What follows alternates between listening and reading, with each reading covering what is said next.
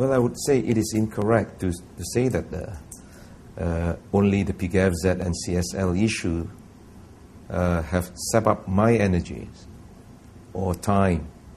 But then, in reality, I would say that I did manage to allocate quite a large proportion of my time on party work, visiting the grassroots, even before the petition for EGM. And at the same time, don't forget, when we talk about the party transformation, we talk about the party initiatives after the March the 8th electoral setback, I mean business. I've been meeting my team of MCA ministers and deputy ministers on a weekly basis at the MCA pre-cabinet meetings, in addition to the regular Presidential Council and Central Committee meetings. And on top of that, even some of the ongoing party initiatives, such as the Hope Program and the Train Program, that I'm going to have another launch afterwards. By and large, these are the programs that have been producing some positive results at the initial stage of implementation. And I need to put in a lot more effort on that. And in politics, I think other than the routine work, what is even more important is to put in some fresh thoughts and have some brainstorming sessions with people from all walks of life, including the NGOs, members of public, or even certain professional groups.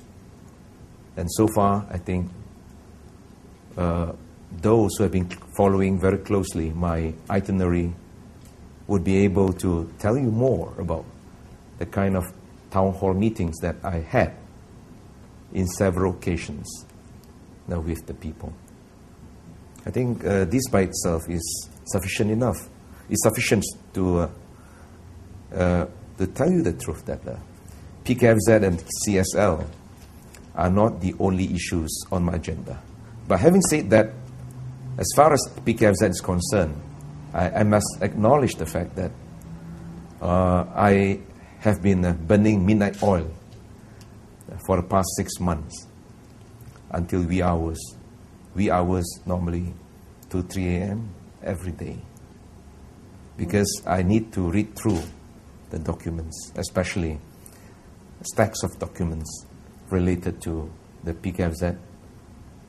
Not just the report, even before the audit report was released, I need to read the various comments on the blog or those produced by my officials. I've been hands-on.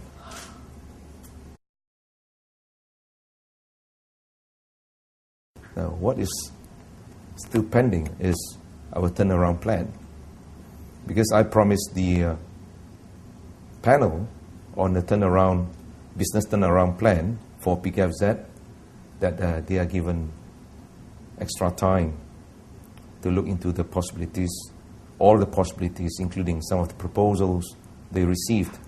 And at the same time, with the inception of the high-powered task force chaired by our Chief Secretary, I would say this is indeed very timely, and this is absolutely necessary now to turn the PKFZ project around.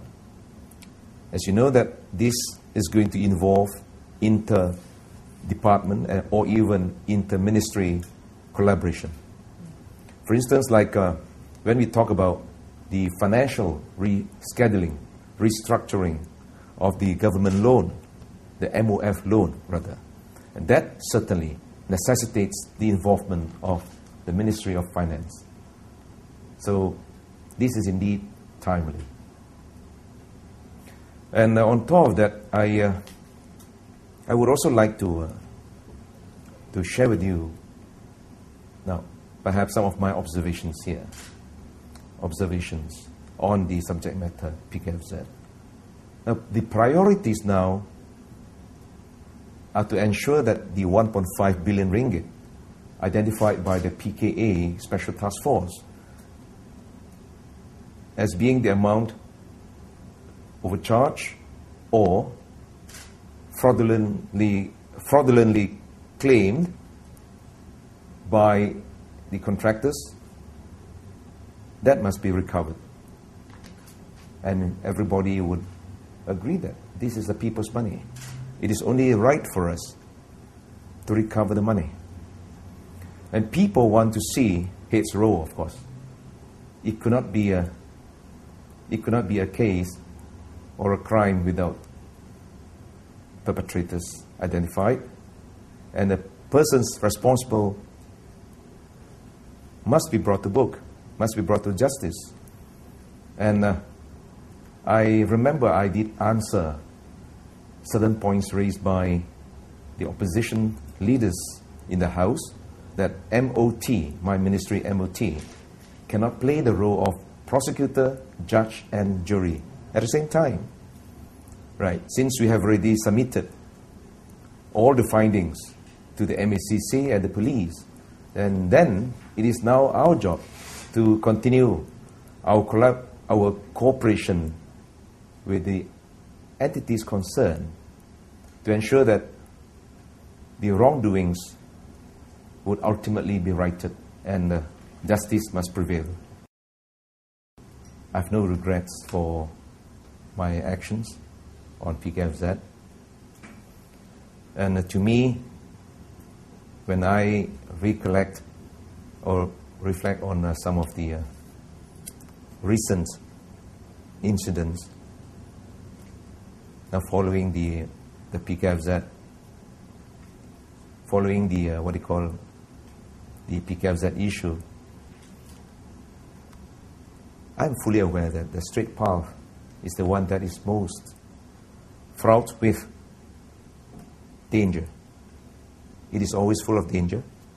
And on PKFZ itself, it is a risk that I have to take, as I'm committed to put the people's agenda first. I walk the talk, and I mean what I say. And on the very first day, when I set my foot on the PKFZ ground, last May, in fact last year, I remember early May last year, I vowed to conduct an in-depth and thorough investigation, because I strongly believe that I should be guided by conscience on the issue. And that involves, when I say that involves the people's money, and they have the right to know and the right to recover their money. If it was found to have been fraudulently claimed,